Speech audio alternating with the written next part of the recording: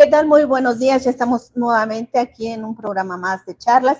Un día festivo, bueno, que se recorre, recordemos que el 5 de mayo, pues tenemos aquí una festividad y pues están muchos de descanso, pero quienes no descansamos somos nosotros y tampoco nuestra invitada Berta Miranda, que es subsecretaria de Desarrollo Político. Pero antes, lo que comentábamos antes de entrar al aire, pues es el tema que ha traído en vilo al país, el asunto de los aranceles con esta disputa comercial que inició el presidente de los Estados Unidos, Donald Trump, con México, con Canadá, con China. Y bueno, el fin de semana parecía que las cosas estaban muy complicadas. Sin embargo, de último momento, Donald Trump anunció que tendría una mesa de trabajo con Canadá y Estados Unidos, y por la mañana se anunció que quedan en pausa estos aranceles del 25%, que se veía muy complicado para el país, para las exportaciones, pero bueno, esperemos a ver qué pasa. Y como les comentaba al principio, tenemos como invitada a la subsecretaria de Desarrollo Político de la Secretaría de Gobierno, Berta Miranda. Ella también es senadora, es activista, dirigió la Red por los Derechos Sexuales y Reproductivos y fue titular del Instituto Hidalguense de la Mujer, entre otros cargos. Berta, muy buenos días. Hola, Dinora, buenos días a todas y a todos. También nos acompaña Joel Sánchez. Buenos días. Amado Figueroa. Muy buenos días a todas y a todos. Nadia Mejía. Hola. Bueno, pues comenzamos. Berta, bienvenida. Muchas gracias. Me da mucho gusto poder estar aquí platicando y pues poniendo sobre la mesa puntos, ¿no? En este día que para muchos, pero nosotros seguimos trabajando en la CEGOP en toda esta tarea que traemos, día hábil, inhábil, las 24 horas del día, los 7 días de la semana, estamos presentes y atendiendo a lo que sea necesario. Pues ni modo, Berta, te toca trabajar. Alguien tiene que trabajar, ¿no? Claro, queríamos ser servidoras públicas, eso es muy importante. Y cuéntanos un panorama, ¿qué es lo que haces tú, cuál es tu parte en esta dependencia como subsecretaria de Desarrollo Político? Cuéntale a la gente qué haces. Mira, yo tengo a mi cargo una de las subsecretarías que me atrevo a decir que es la más bonita de todas las subsecretarías, porque me toca la parte social, la parte del desarrollo político. Y de repente acotamos el desarrollo político únicamente a un tema meramente electoral, y no, el desarrollo político de un espacio, en el caso del Estado de Hidalgo, pues implica entrar a diversas áreas, ¿no? Implica estar en la comunidad, implica estar en la urbe, en los espacios que tienen que ver, pues, todas estas relaciones que se dan entre las personas, entre los diferentes grupos, las asociaciones civiles, los sindicatos, asociaciones religiosas, las delegaciones, tener ese contacto con síndicas, síndicos, regidores, presidentes municipales, la iniciativa privada, y todo esto articulando para llevar, pues, tema de derechos, que es lo que nos toca a nosotros, ¿no? El acercamiento a derechos. ¿No? Estar antes de que se pueda dar un conflicto, ¿no? Los conflictos se dan, pues, por la falta de acuerdos, la comunicación asertiva que se pudiera dar entre diferentes partes, y casi siempre está de por medio la garantía de un derecho, ¿no? Entonces, a mí me toca esa parte, tengo esa responsabilidad por parte de nuestro gobernador y nuestro secretario de gobierno, pues, de acercar todos estos mecanismos a la ciudadanía. Más es un tema que manejas muy bien, el tema de los derechos, hay que decirlo. Y Berta, danos un panorama, ¿qué has encontrado, qué has visto tú durante esta etapa que te está tocando? Pues mira, al principio de todo esto, pues me toca llegar como subsecretaria después de un proceso electoral donde históricamente llega una mujer como presidenta de la República. Eso para mí es muy significativo, ¿no? Aparte de ser la primera mujer subsecretaria en esa subsecretaría de Desarrollo Político que históricamente pues había estado enfocada a un tema de hombres, ¿no? Entonces, llegar en esa coyuntura donde por primera vez tenemos una mujer presidenta, donde por primera vez también en el estado de Hidalgo tenemos 41 mujeres presidentas municipales, un número muy importante de regidoras, de síndicas, diputadas, pues es algo muy significativo, sobre todo por el tema del lugar de donde vengo, ¿no? La promoción que tiene que ver con los derechos humanos y sobre todo la participación política de las mujeres. Quiero mencionarles que mi actividad de activista inicia en una organización civil que se llama Colectiva Feminista Hidalguense, ¿no? Ya después llego a la Red por los Derechos Sexuales, pero Colectiva Feminista Hidalguense tenía un objetivo claro, que era el fortalecimiento y el impulso a la participación política de las mujeres. Esto te estoy hablando de 2007, 2008, que es ahí donde inician mis trabajos, ¿no? Y a partir, pues de ahí creo que hoy el área y la coyuntura que se da y esta subsecretaría, pues me da todos estos elementos para poder potencializar todo lo que tiene que ver con el desarrollo político del estado de Hidalgo. Berta, el transitar del Instituto Hidalguense de las Mujeres, ¿te ha aislado un poco del tema de las mujeres, de todo lo que tú hiciste, todo lo que trabajaste? Cuéntanos un poco si aquí en la Subsecretaría de Desarrollo Político continúas ese trabajo, sigues velando por el bienestar de las mujeres hidalguenses. Platícanos, Berta. No me aísla, al contrario, ¿no? Me sigue generando pues toda esta estrategia y sobre todo este compromiso. Yo quiero decir que el llegar a estos espacios ha sido por el trabajo primero de muchas mujeres, porque para que las mujeres hoy estemos en un espacio de participación política es resultado de luchas de feministas de hace muchos años, ¿no? Incluso de aquellas que lucharon para que fuéramos reconocidas como ciudadanas en una declaración universal de los derechos humanos, como fue Olympe de Gouges en Francia, ¿no?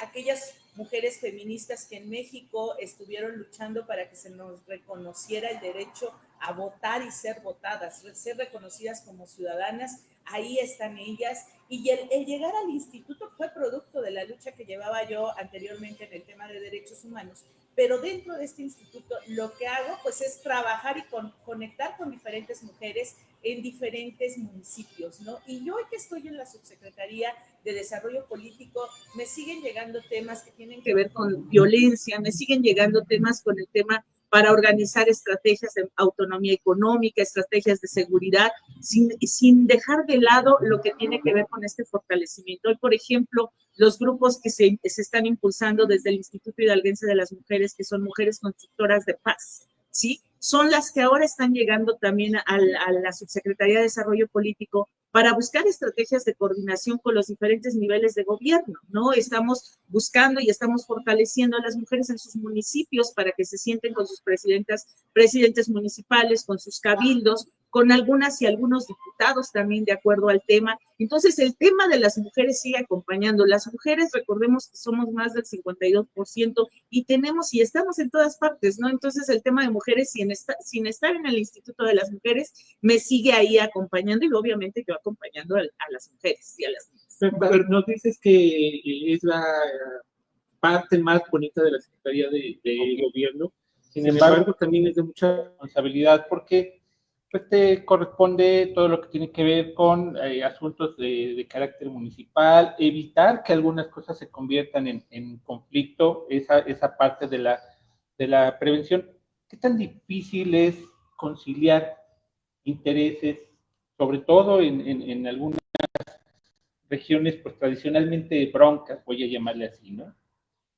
Mira, yo creo que cuando se tiene pleno conocimiento de las funciones que nos toca hacer y sobre todo del marco legal, recordemos que nuestro gobernador es un hombre muy directo con el tema jurídico, ¿no? Y creo que ese es un punto muy importante. Tenemos que establecer primero el marco legal en donde estamos, porque te puedo mencionar algunas situaciones donde hay algún tipo de conflictos por temas parcelarios, no por temas ejidales. Entonces, con iniciativa privada.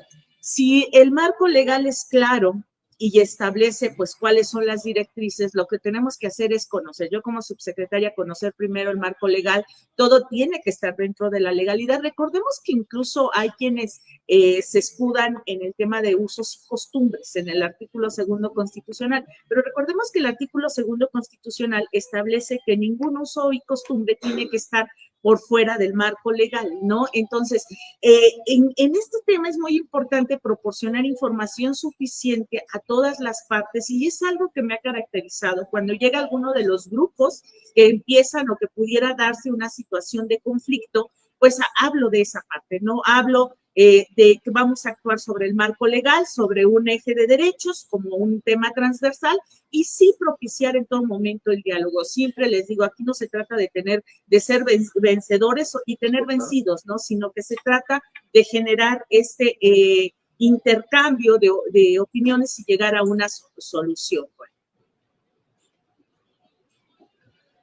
Berta, no me des tu punto de vista como activista en pro de las mujeres, sino como funcionaria de la Secretaría de Desarrollo Político, Subsecretaría de Desarrollo Político.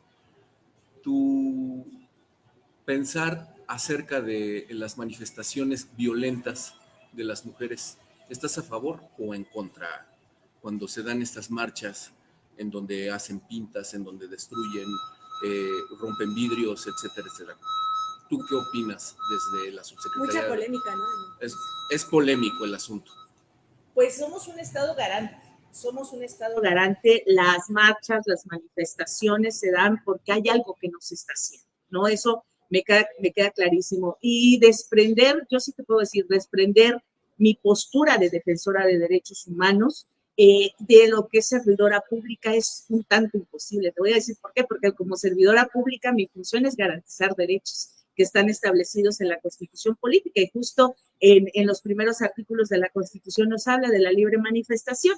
Estoy totalmente certera qué es lo que demandan los grupos feministas, ¿no? Siempre lo hemos hecho, yo misma lo demandaba, ¿no? Que es incorporar esas acciones necesarias. Hoy en día el gobierno del estado está abierto para sentarse con los diferentes grupos para ver qué es lo que está sucediendo y poder atender, que eso es lo más importante. Se están haciendo estas estrategias de vinculación con las diferentes áreas. La propia Subsecretaría de Desarrollo Político está abierta para recibir aquellas circunstancias donde se está. Si algo se está haciendo mal, está toda esa voluntad de poder atenderlo, ¿no? Entonces creo que eso es lo más importante. Jamás voy a desestimar las luchas, porque ahí hay casos que duelen mucho, ¿no? Y que lo han hecho, escuchábamos a una mujer en Ciudad de México después de que rompían y decía, si a usted le hubiera matado a su hija, si a usted le hubieran desaparecido el expediente, etcétera, son muy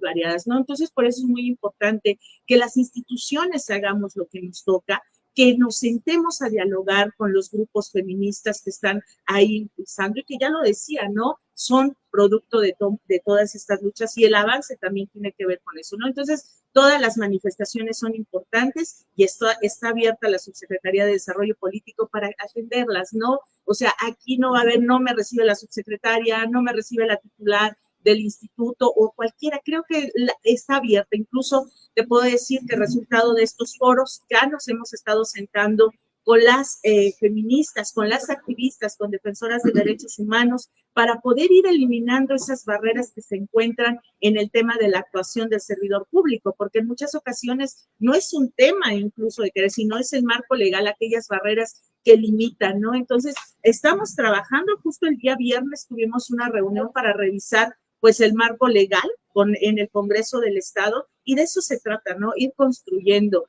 que las demandas sociales no solamente se queden en la protesta, que vayan también a la propuesta, porque eso es lo que se busca. Berta, justamente de lo que estás hablando, de estas manifestaciones, tenemos un comentario de Rosy Mari Rodríguez Velasco, que ella señala que las marchas salen del marco legal. ¿Qué le contestaría?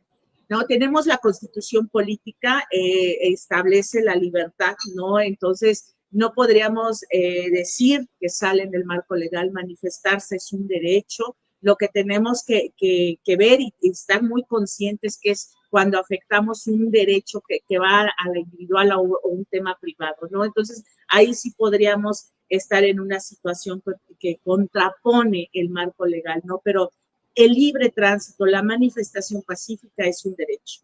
Perfecto. Yo quisiera agregar primero una cuestión en relación a las marchas. Yo comento mucho este asunto con mis estudiantes. Nadie protesta por gusto. Y quienes van y pintarrajean, rompen, no lo hacen por gusto. O sea, simplemente es una forma de visibilizar la protesta. Pero quisiera preguntarte algo. En Hidalgo se presenta una situación, bueno, en Hidalgo y en México desgraciadamente una situación creciente, que es la violencia vicaria.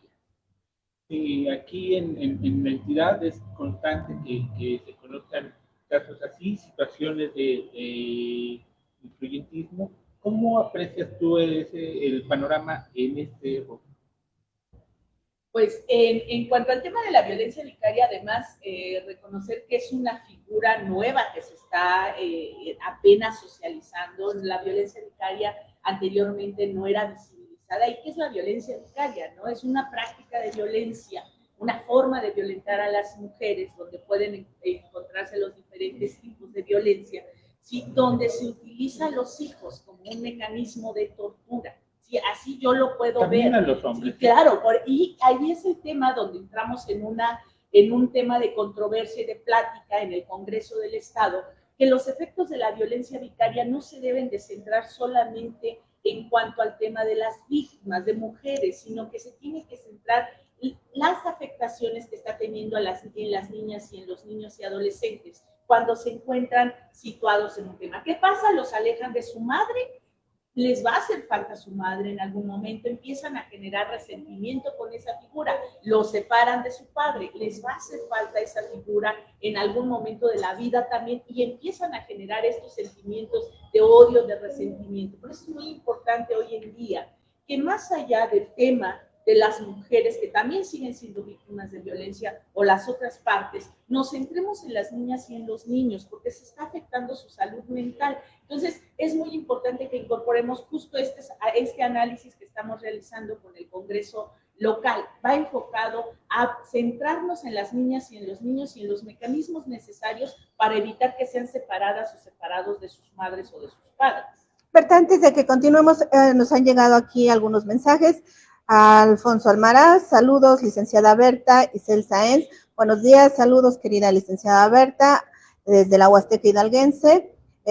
Rosy Rodríguez, quien había comentado el tema de las marchas, te manda igual un saludo y un abrazo colectivo.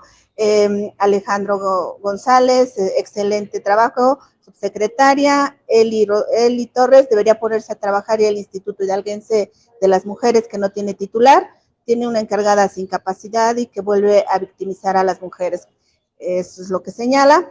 Berenice Espíndola, por supuesto que no es el cargo, es la persona, los valores ideales que se tengan. Berta es un ejemplo, una líder natural, entre otros mensajes que luego daremos lectura. Y retornando un poco, Berta, al trabajo que haces en la subsecretaría, digo, no podemos dejar de preguntarte el tema de las mujeres porque eres una experta en esto, pero hablando justamente de este trabajo y sin dejar de lado las mujeres, ¿qué avance ha tenido las mujeres en la política? ¿Cuántas tenemos en las presidencias, en los cabildos, en el gobierno? ¿Cómo está? Bueno, primero decirte que sí quiero hacer mención de un comparativo que tenemos, ¿no? Y que eso es lo que me toca también hacer en mi área, ¿no? Ver, por ejemplo, hacer este análisis de datos de cuántas mujeres había anteriormente y cuántas hoy van llegando, y decirte que, por ejemplo, en el periodo anterior tuvimos 16 presidentas municipales, que además lo tengo que decir, disminuimos, porque habíamos llegado a 17, y entonces viene el tema municipal. El triple. Ahorita tenemos 41, o sea, solo nos falta una mujer presidenta para decir que cumplimos con el tema de la paridad a nivel municipal, ¿no? Entonces, ¿qué ayuda el tener esto? Pues va a generar, pues, que tengamos esos mecanismos que puedan estar pensando en hombres y mujeres. Yo siempre lo he dicho, ¿no? Puede ser un hombre muy empático con nuestros temas, pero difícilmente va a sentir lo mismo que lo vivimos, ¿no? Entonces, por eso es muy importante que esté la llegada de esto. Y también resaltar que esto es como resultado de que se lleva el derecho a la paridad en la Constitución política. Estamos casi igual en las regidurías. En las regidurías, hoy tenemos 530 regidurías. Les quiero decir que estamos por arriba en muchos de los municipios de el tema de la paridad. Tenemos algunos municipios con mayor número de regidoras. Sobre todo en aquellos lugares donde fueron solo candidatas mujeres. Candidatas mujeres y hombres. Por ejemplo, San Agustín, Mezquititlán, tenemos más mujeres regidoras, que depende mucho de cómo se conformó su planilla y que tuvo que ver con las reglas de postulación del IE. Entonces, esto es muy importante resaltar porque hoy las mujeres en los municipios tienen una tarea muy importante. Yo siempre digo, cuando llegamos las mujeres a un espacio, tenemos que ir cerrando aquellos espacios que se ven un tanto pedregosos o que limitan el acceso a otros derechos como consecuencia de nuestro compromiso. Entonces, hoy el compromiso en los municipios para las mujeres que llegan como regidoras y como síndicas, también les quiero decir qué pasa en cuanto al tema de síndicas, pudimos ver un tema de equilibrio. ¿Por qué? Porque en las administraciones municipales anteriores teníamos 77 síndicas, pero teníamos un mayor número de hombres presidentes. ¿Por qué baja? Porque disminuyen los hombres presidentes y entonces aumentan los hombres síndicos, ¿sí? Y entonces tenemos hoy 42 síndicas, por ejemplo, ¿no? Entonces, estas 42 mujeres síndicas, pues también tienen una responsabilidad. Y ahorita que mencionaban en el tema de las mujeres, yéndome hacia... Tenemos 2. Sí, así es. Y que en la anterior también teníamos 2, ¿no? Entonces, en el caso de las mujeres, hoy, por ejemplo, lo que les toca a los municipios, a las regidoras y a las síndicas es fortalecer sus institutos municipales de las mujeres, ¿sí? ¿Por qué? Porque es en estos institutos municipales donde no hay abogada, no hay psicóloga, no hay trabajadora social y se lo dejan toda esta tarea al Estado, ¿no? El Estado, con toda la maquinaria que tiene, con Centro de Justicia, Ciudad de las Mujeres, el propio Instituto de las Mujeres, que tiene 17 módulos de atención en el Estado, pues no tiene esa capacidad de respuesta para 84 municipios. Por eso hoy que hay mujeres en las regidurías, porque no se trata nada más de llegar, se trata de llegar y hacer que se note que estamos las mujeres ahí. La participación política de las mujeres es importante. Tenemos 530 regidoras en este momento. A ver, y en total, ¿cuántas regidorías hay entonces? Más de 900 regidorías, ¿sí? Y de estas tenemos hoy también las jóvenes, porque recuerden que llegaron mujeres jóvenes, hombres jóvenes, como una acción afirmativa a las personas con discapacidad. También llegó el tema de las personas indígenas. Entonces, estas acciones afirmativas que se incluyen en las reglas de postulación que saque el IE en el tema de la elección, pues fueron muy importantes, porque entonces empiezan a llegar esos grupos que en algún momento fueron minorías para que haya representación. Comentabas algo muy importante, a veces no basta con llegar. Hay municipios en donde ya se tiene una presidencia municipal, pero no la dejan gobernar los hombres, por decirlo de alguna manera. ¿Se ha aceptado realmente en Hidalgo, se ha erradicado el machismo de esas actitudes o apenas ahí la llevan? No, mira, con la llegada de las mujeres lo pudimos observar en la campaña. La violencia política estuvo más que vista. No todas las mujeres candidatas la denunciaron, ¿no? Pero en este momento, pues hay mujeres al frente de las regidurías, de las presidencias. Por supuesto que hay hombres en ese intento de estar incidiendo en lo que va a decidir, pero es muy importante. Incluso quiero comentarles que por parte de la Subsecretaría de Desarrollo Político, entre octubre y diciembre realizamos toda una jornada de capacitación y sensibilización en las diferentes regiones, acompañadas con la Fiscalía, acompañadas con el IE, acompañadas con el Instituto Hidalguense de las Mujeres, enfocadas a que las regidoras, a que las presidentas municipales pudieran, síndicas, síndicos, regidores, pudieran ubicar acciones que pudieran dar o pudieran estar catalogadas como violencia política en razón de género, porque justo eso, ¿no? Lo que mencionabas, Joel, de que no las dejan gobernar hombres que están a su alrededor, es violencia política, ¿no? Entonces, hoy las presidentas, las regidoras, las síndicas deben estar conscientes que esto es un delito y que lo pueden denunciar, ¿no? Y sobre todo, ¿para qué nos sirve todo esto de la denuncia? Pues para que otras mujeres puedan en próximos procesos animarse y a participar, a levantar la mano, ¿no? Porque al final de cuentas, las mujeres que hemos estado y los hombres también solidarios que se han sumado con nosotras en esto, porque también les quiero decir que las reglas de postulaciones se construyeron solas, ¿no? Que hubo consejeros, que hubo consejeras ahí al lado, que han estado diputadas y diputados impulsando estos avances. Tenemos algunos mensajes, bueno, vamos a hacer un corte, pero antes unos mensajes quienes nos observan. Adán Silva, licenciada Berta, saludos, felicidades por un gran trabajo a favor de todos los hidalguenses. Marelví Trejo dice, la violencia vicaria es violencia de género, ella lo considera así. Nelly Santos Osorio, saludos compañera, defiende los derechos de cada una y de las mujeres vulnerables. Berenice Espíndola, empatía, comprensión. Si estuviéramos en el lugar de quienes protestan, ¿qué haríamos? Es muy fácil señalar y juzgar, pero pocos, como Berta, comprenden el lugar del otro y no solo observan, llevan a cabo acciones en pro. Dime García, saludos cordiales, mi querida Berta Miranda Rodríguez. Juanis Fragoso, excelente trabajo.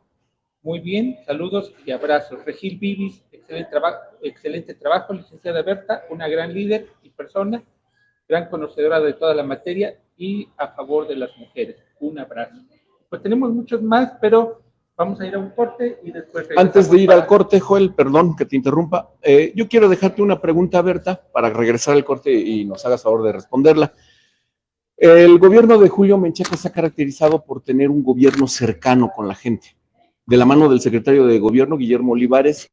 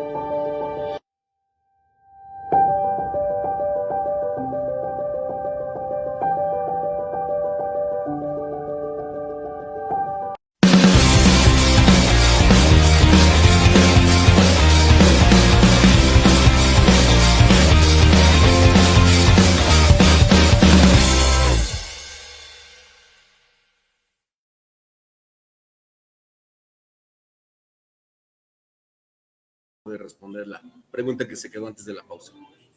Ha sido el tema de los casos de violencia vicaria. Casos que de repente pareciera que no existían y que estaban ahí presentes y que yo lo analizaba. Los casos de violencia vicaria es una respuesta a todas las estrategias que las mujeres se han venido apropiando para poder decir no más violencia y presentar una demanda de divorcio. Este tipo de violencia vicaria es en respuesta a que las mujeres buscan que se les garantice un derecho a sus hijas e hijos, como son las pensiones alimenticias y la guardia y custodia. Cuando se inician estos procedimientos, viene la otra parte y hace una reacción, ¿no? Es lamentable que justo al avance de un derecho nos enfrentemos a una situación de una barrera y sobre todo un tema de responsabilizar. Si no lo hubieras hecho, si tú no hubieras ido a divorciarte, si tú no te hubieras salido de tu casa, tú estuvieras con tus hijos, ¿no? Entonces, eso es lo que realmente a mí en este momento me ha generado esto, ¿no? El también ver que a pesar de todos los esfuerzos que hace nuestro gobernador, nuestro secretario de gobierno y muchas de las autoridades, todavía tenemos servidoras y servidores públicos que lamentablemente no están actuando con esta perspectiva de género. Me parece que el ejercicio que se están haciendo hoy de estas mesas para la construcción de la paz y el bienestar del pueblo son muy acertadas, porque para muchas mujeres los mecanismos institucionales no han funcionado y no porque no sea un compromiso de gobierno, porque todavía tenemos personas que se quedaron, servidoras públicas que se quedaron acostumbradas a dar maltrato a la ciudadanía, a no ser y no estar totalmente convencido lo que es una servidora, un servidor público. Y justo aprovecho para reiterar este llamado que hace nuestro gobernador, nuestro secretario de gobierno, para que si un servidor público, una servidora pública no atiende como debe de atender desde un perfil de derecho y con pleno compromiso, ética profesional, alguna persona la denuncie. Créanme que de verdad es un compromiso real de quienes estamos al frente. Apenas lo comentaba con una activista el día que nos reunimos, porque hacía un señalamiento que no había sido atendida una persona como se debía. Le dije, dame el nombre, ¿sí? Para que lo podamos pasar y se pueda hacer la acción conducente. No, hoy ningún funcionario puede decir que es amigo, que es hermano, y que pueda pasar por encima el marco legal. El acceso a la justicia tiene que ser una realidad en el estado de Hidalgo, pero sí necesitamos que nos ayuden las víctimas a que si fueron parte de un maltrato, pues nos lo puedan decir para que podamos estar acompañando en estos procesos. No, hoy el tema de acceso a la justicia nos toca a todos, pero necesitamos que nos ayuden porque no podemos estar en todas partes. Quisiéramos tener todos el compromiso del gobernador, del secretario, de algunos titulares, pero si no nos enteramos de lo que pasa, difícilmente vamos a poder ir subsanando esas partes. ¿Es una dependencia que esté más señalada en esto? Pues yo creo que en los foros se han presentado, ¿no? Desde el tema de los ministerios públicos que ya han sido muy observados, se han hecho pues estos señalamientos a que hoy las baterías con las que se hacen las evaluaciones de periciales en psicología no están actualizadas, no se habla del sistema pues de esta parte en los espacios laborales también como el acoso laboral. Entonces todo esto pues nos da un panorama, ¿no? De que vemos algunas instituciones que no estamos haciendo las cosas como se debería de hacer, ¿no? Como desde una mirada de derechos con un eje transversal, ¿no? Y evitar el tema, pues justamente de que tengan las mujeres que llegar a estos foros porque ya no les quedó otra opción. Las rutas de la transformación han sido una estrategia, ha dicho el gobernador, la clave vertebral para poder mantener un diálogo permanente con la sociedad de todos los municipios. ¿Qué tan importante ha sido para la Secretaría de Desarrollo Político este ejercicio y por qué? Pues mira, ha sido, como la marca, ¿no? Es llevar el gobierno al territorio. Las rutas de transformación es eso. Los derechos y nuestra función como servidoras y servidores públicos dentro de la oficina es importante por el tema administrativo, pero tenemos que acercar los derechos hacia las diferentes regiones. Cuando llega las rutas de la transformación a alguno de los espacios que justamente tiene que ver, un ejemplo, Pacula, que llegan a Huejutla, que llegan a Xochatipan, pues es acercar los derechos a la ciudadanía, que conozcan. Una barrera muy importante para el ejercicio de derechos es el desconocimiento de los mismos derechos y desconocimiento de las propias instituciones. Con las rutas de la transformación, lo que está haciendo nuestro gobernador es llevar a las diferentes dependencias, a las regiones, y como desarrollo político, ¿qué hacemos? Informar a las delegadas, a los delegados, a presidentes y presidentas municipales para que acerquen a la población a estos espacios, ¿no? Ahí podemos ver y podemos darnos cuenta de que pueden hacerse una mastografía, pueden hacerse un Papá Nicolau. Para muchos es la primera vez que se van a medir los índices de azúcar en la sangre, incluso poderse hacer un examen de la vista, ¿no? Entonces, todos estos servicios que se están acercando es acercar derechos. El fortalecimiento político de una entidad se va a fortalecer mediante la garantía de derechos. Hay un avance, sin duda, Berta, en estos derechos de las mujeres, pero ¿qué falta todavía, sobre todo, para evitar este tema de la violencia, para que puedan aceptarse más en la política?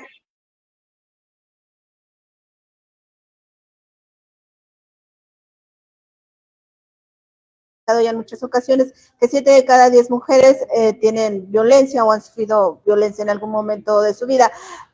Estas estadísticas han cambiado y ¿qué hace falta para continuar avanzando en favor de las mujeres? A ver, el tema, por ejemplo, hoy de las estadísticas es muy importante porque visibiliza lo que por años no se visibiliza, ¿no?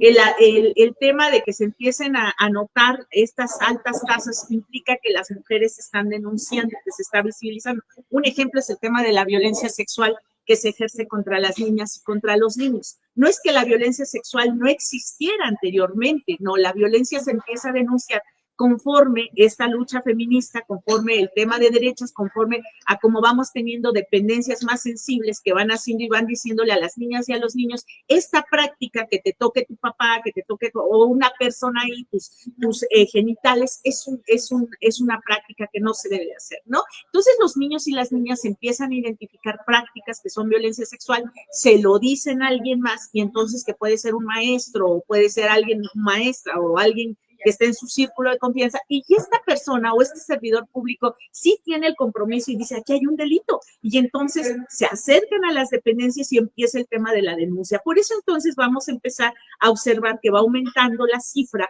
en cuanto a esto. ¿Qué pasa de manera general en el tema de la violencia de género? ¿Qué nos falta hacer? Nos falta involucrarnos a toda la ciudadanía. La violencia contra las mujeres no es un tema exclusivamente de las instituciones que atienden a las mujeres y de las mujeres. El tema de la violencia de género es un tema donde tenemos que entrar mujeres, hombres, la iniciativa privada, las instituciones públicas, los 3 órdenes de gobierno y los 3 poderes del Estado. Si no entramos de manera transversal toda la maquinaria de la estructura social y política gubernamental, no lo vamos a lograr, ¿sí? Es muy importante hoy hacernos conscientes que la violencia se aprende y se tiene que desaprender, y que si en el conflicto hay hombres y mujeres, la solución la tienen hombres y mujeres. También hay una situación que hace que aparenta que aumenta la violencia. Había conductas normalizadas que se veían como una actitud normal y se va creando conciencia en la sociedad de que no es normal, es violencia, ¿no? Entonces, una vez que la gente entiende eso, empieza a denunciarlo, ¿no? Y parece que incrementara, pero es otra cuestión. Siguiendo con el tema, Berta, hay muchísimas formas de violencia y además no es lo único que atiende el área de desarrollo político. También está el fomento de los derechos humanos, tanto para las personas que están privadas de la libertad como para quienes no. ¿Qué avances hay en este sentido? Pues mira, por medio de lo que tiene que ver la Dirección General de Derechos Humanos desde la Secretaría de Gobierno, pues así es, se está haciendo pues esta estrategia de llegar a los diferentes centros de reclusión, ¿no? Y por indicaciones de nuestro secretario, pues tener ese acercamiento directo con estos grupos, ¿no? Y ya afuera, pues también estamos empleando todos estos mecanismos necesarios para que las familias de las personas que estén adentro, pues también puedan generar esta sinergia, ¿no? Los derechos para todas las personas, que era lo que estábamos mencionando. Y, por ejemplo, en el tema que tiene que ver con otros grupos sociales, ¿no? Por ejemplo, el tema de las instituciones religiosas, también contamos con una dirección general de asuntos religiosos, ¿no? Y que justo estaba enfocada pues a tratar de sensibilizar y a llegar a la ciudadanía pues, todos estos mecanismos, ¿no? Para que al rato no un uso y costumbre que pudiera hacer se pudiera convertir en la limitante de un derecho humano, ¿no? Y que de ahí surgen los conflictos que tienen que ver con estos órdenes sociales y que hoy también tenemos esa responsabilidad de estar atendiendo desde la subsecretaría. Berta, en un tema que se ha visibilizado en los últimos días, el de los migrantes, desde donde tú estás, ¿hay alguna estrategia que se vaya a hacer? Y mujeres migrantes, y habrá algunas otras que lleguen aquí de otros países y que en algún momento vayan a requerir de estos derechos. ¿Cómo se va a trabajar? Sí, mira, es importante mencionar que justo cuando empieza la llegada de Trump y con toda esta amenaza previa, ¿no? Porque al final de cuentas no es algo que no conociéramos. Él en su posicionamiento de campaña estuvo diciendo, había gente que no lo creía, ¿no? Que iba a hacer todo esto, pero esperábamos lo de los aranceles, esperábamos el tema de las deportaciones. Inmediatamente nuestro gobernador, nuestro secretario de gobierno, pues nos dieron ya la indicación para hacer, y justo la semana que pasó, el día miércoles, se realizó el primer encuentro, este foro que estuvo encabezando nuestro secretario de gobierno, el licenciado Guillermo Olivares Reina, con las dependencias federales y estatales, donde se convocó a delegados y a presidentes municipales para que las diferentes instituciones pues presentaran qué programas, qué servicios de atención directa para migrantes se tienen, ¿no? Entonces, ya está ahí la vinculación y el próximo miércoles vamos a tener con la otra parte de presidentas y presidentes municipales y delegados municipales, que son autoridades auxiliares, qué hacer, porque nosotros, era lo que decía, si las estrategias de gobierno no bajan a lo comunitario, no vamos a poder hacer esta función que es la de garantizar derechos. Por eso es muy importante que hoy, mediante la subsecretaría que yo represento de Desarrollo Político, ese trabajo cercano a los delegados que ha sido y delegadas, que ha sido una tarea que nos ha focalizado nuestro secretario de gobierno, pues esté hoy dando ese acercamiento para que ellos puedan identificar las personas migrantes. ¿Quién mejor que los delegados y las delegadas en las comunidades para decirnos, llegó una persona que estaba en Estados Unidos, llegó sola, llegó con su familia, sus familias están formadas por tantas personas, incluso les hemos dicho, pues estas recomendaciones, ¿no? Hay algunos delegados que nos llaman y nos dicen, ¿qué hacemos? Bueno, si ya lo deportaron, su familia está segura, el plan, porque hoy también nuestros connacionales deben de tener un plan de respuesta si son detenidos y si son deportados, ¿no? Hay algunos que prefieren y esperan ir con un juez para ver si se les da esa posibilidad de quedarse en ese país. Sin embargo, hoy las respuestas que estamos viendo es que aunque vayan al juez, no tengan antecedentes de faltas o récords en tema de justicia o infracciones, pues los están deportando, ¿no? Entonces aquí es mejor que en el momento que los detienen, los migrantes o nuestros connacionales sepan que pueden salir también de manera voluntaria y pueden salir con sus familias, incluso ver quién se queda a cargo de sus hijas y sus hijos. Recordemos pues que hoy tenemos que hacer no solamente un plan de recepción, sino también un plan de acompañamiento a nuestros connacionales. Justo estos trabajos que realizaron, ¿verdad? Escuchamos qué va a hacer cada dependencia, qué programas tiene, Servicio tiene unos, seguridad tiene otros, pero no veo como una ruta, porque todos están como muy dispersos. No, pues yo tengo esto, pero y yo tengo aquí esto, y yo voy a ver esto, pero una ruta así donde yo como migrante llego, ¿y con quién voy primero? O sea, ¿a dónde me dirijo? ¿Qué es lo que tengo que hacer? Eso falta. Ok, a ver, es muy importante centrarnos en el eje transversal de derechos humanos.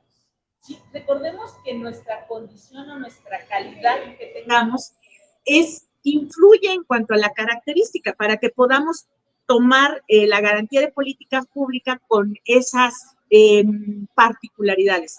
Pero al final de cuentas, nuestros connacionales que están regresando como repatriados tienen una característica, son personas, tienen derechos humanos. ¿Y qué es lo que tenemos que hacer? A ver, si yo quiero que se me fomente el tema de desarrollo económico, me tengo que ir hacia la Secretaría que tiene que ver con el tema económico. Si yo quiero acercarme a un tema de salud, tengo que dirigirme al Sistema Nacional de Salud, ¿no? Entonces, sí es muy importante, esta ruta va a iniciar con quien identifique la llegada y a partir de ahí las necesidades que traiga esa persona migrante. No sería viable crear una ventanilla única y que esa oficina sea la que canalice el área que corresponda, como ocurría anteriormente con el programa Bienvenido Paisano, que lo mismo atendía las cuestiones de seguridad, acompañamiento en el camino, otorgamiento de apoyos, pero ya sabían a dónde tenían que dirigirse los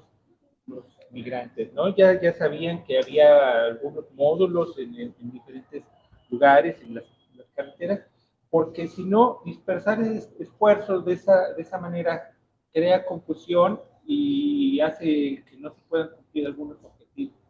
Mira, yo creo que es muy importante. Hoy en día tenemos una Dirección General de Atención a Migrantes que pertenece justamente de la Secretaría de Bienestar.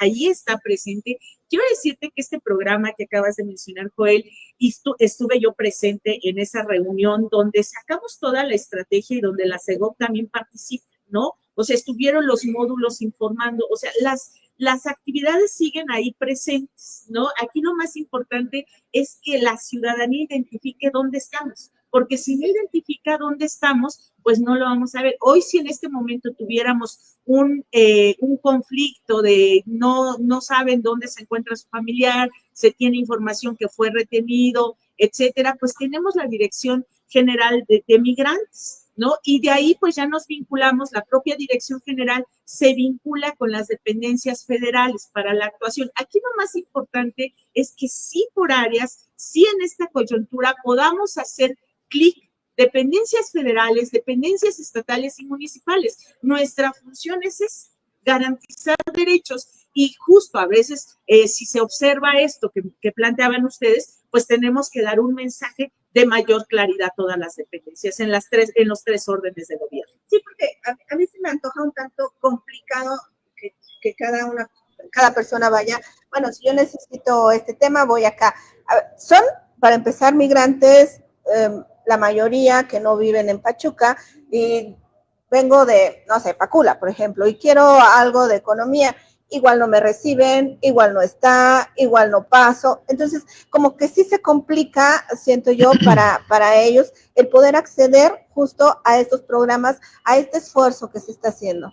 Sí, fíjate que por eso es muy importante el acercamiento que estamos teniendo con delegadas y delegados municipales. Hemos ya, por parte de la Secretaría de Gobierno y la Subsecretaría de Desarrollo Político, hemos tenido procesos de capacitación ya en algunos municipios donde ya hubo cambio de delegadas y delegados.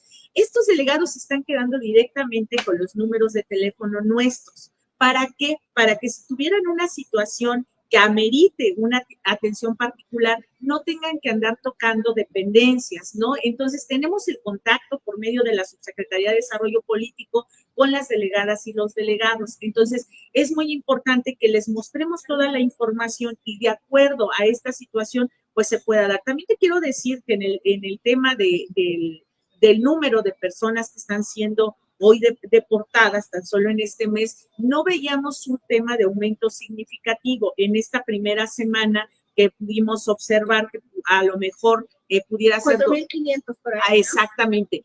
Que haciendo un comparativo con las deportaciones que se habían hecho en el año anterior y dividiéndola, estábamos solo el 10% por arriba de las deportaciones, ¿no? Entonces tampoco es un tema como hasta ahora que podamos ver masivo. ¿Qué sí se ha hecho? El tema mediático, ¿sí? La forma en cómo están trasladando a las personas encadenadas era algo pues que no mediáticamente no lo habíamos visto, pero que sí existía, ¿eh? O sea, no es que es nuevo ese trato que le están dando, ¿no? La realidad es que es parte del procedimiento y se estaba dando. Lo único que hacen es la parte mediática que justo hoy nos pone y decimos, pedimos un trato digno para nuestros connacionales porque no son delincuentes, ¿no? Eso es lo que ponemos, ¿no? Sin embargo, pues ante esta coyuntura, hoy nos queda claro que tenemos que perfeccionar, porque también tenemos que decirlo, las cosas se están dando de manera diferente. No es que anteriormente se haya generado esto que hoy estamos viviendo,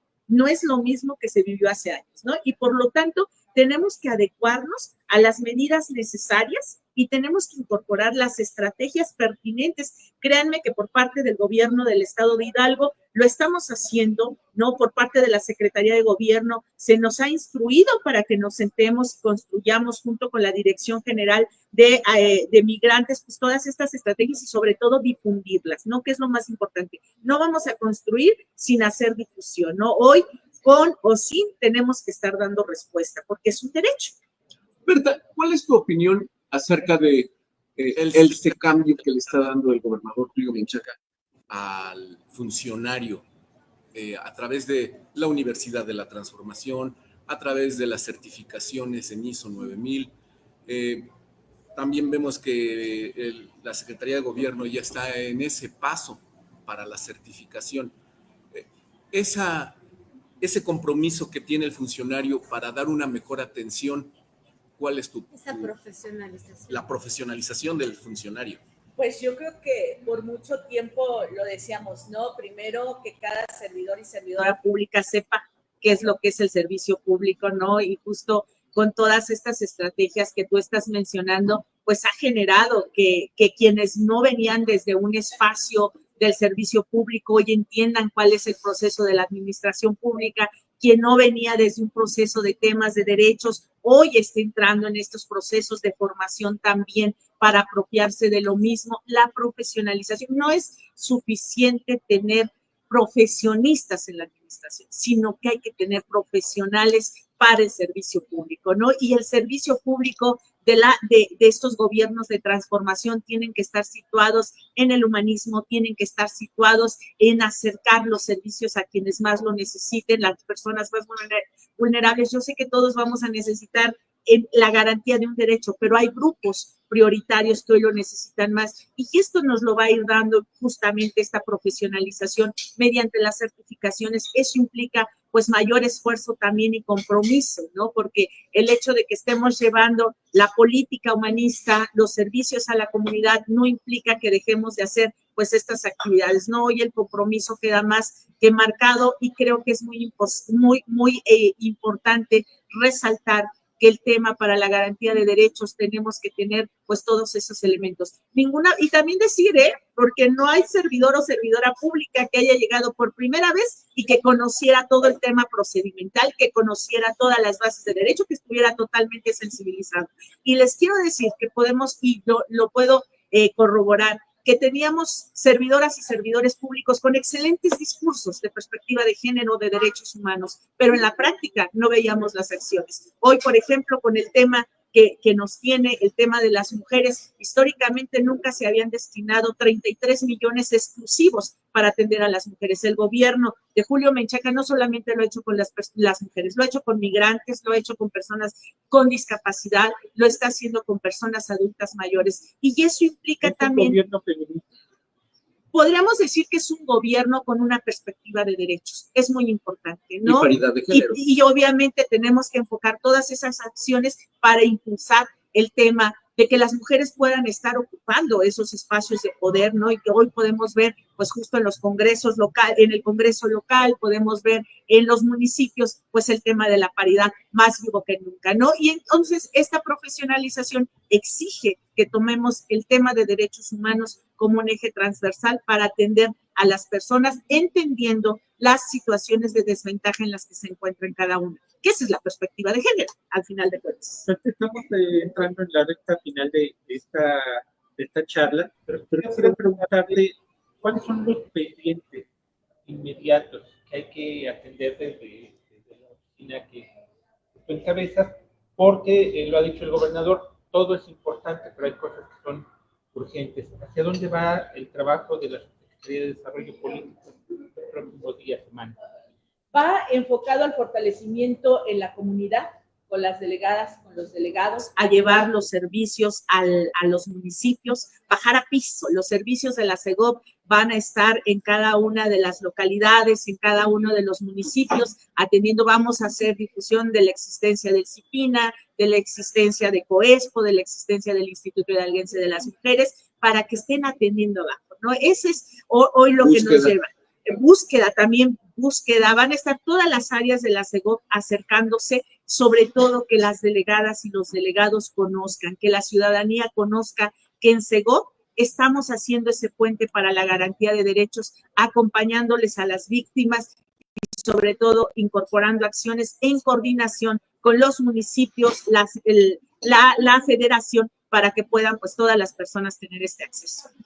A lo largo ya para finalizar, a lo largo de estos 2 años de gobierno y medio de Julio Menchaca, en la sala de exgobernadores se ha recibido a comunidad, a asociaciones que no tenían voz, que jamás habían pisado Palacio de Gobierno.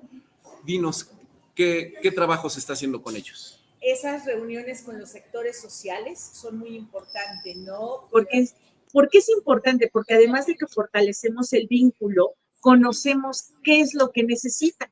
O sea, si nosotros no conocemos cuál es la situación real que guardan, pues vamos a desconocer y no vamos a tener esa certeza de incorporar esa estrategia hacia la política pública. En efecto, hemos tenido desde asociaciones religiosas, de deporte, hemos tenido el tema de los sindicatos ahí presentes, la iniciativa privada, los rotarios, logias masónicas, sí, grupos de organizaciones defensoras de derechos humanos, personas de las disidencias sexuales han estado presentes, el transporte público, las delegadas y los delegados. ¿Cuándo se había visto que delegadas y delegados de un municipio pudieran estar ahí, en la sala de exgobernadores, ¿no? Hoy tenemos eso, pero además también es importante resaltar que como parte de estos trabajos nos estamos reuniendo con presidentas y presidentes municipales y sus enlaces, regidoras y regidores de una materia determinada, por ejemplo, con la Secretaría de Salud, tuvimos esa coyuntura, fue una de las reuniones que empezamos como estas jornadas, donde pudimos hablar de la importancia de la atención, de la afiliación para el tema de IMSS Bienestar, pero también pudimos hablar de las estrategias que tienen que impulsar los municipios en el caso del dengue, ¿no? Entonces, pues todo esto es la tarea de la SEGOV, tener todo el pulso social lo tenemos reuniéndonos con estos grupos, porque todos son actores sociales, ¿no?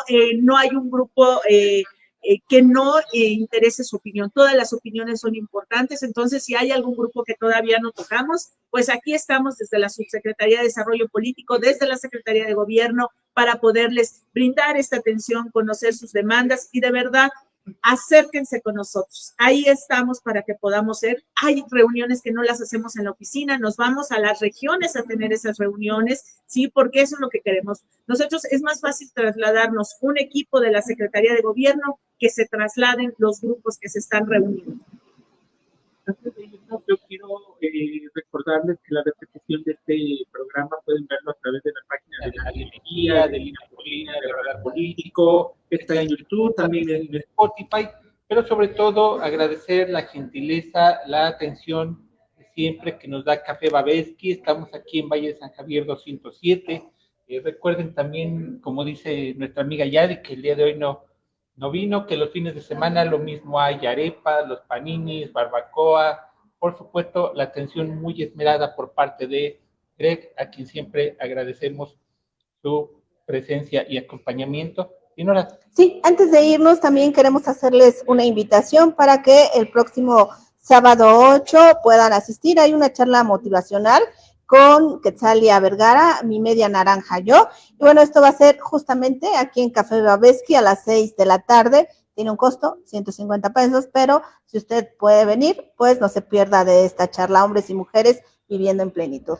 Y bueno, con esto nos despedimos. Queremos agradecer. Berta, muchísimas gracias por estar con nosotros. Nadia, Joel, Amado, Yadi, te mandamos un saludo y pásenla bien. Nos vemos el próximo lunes. Buen día de puente. Ah, feliz también. puente.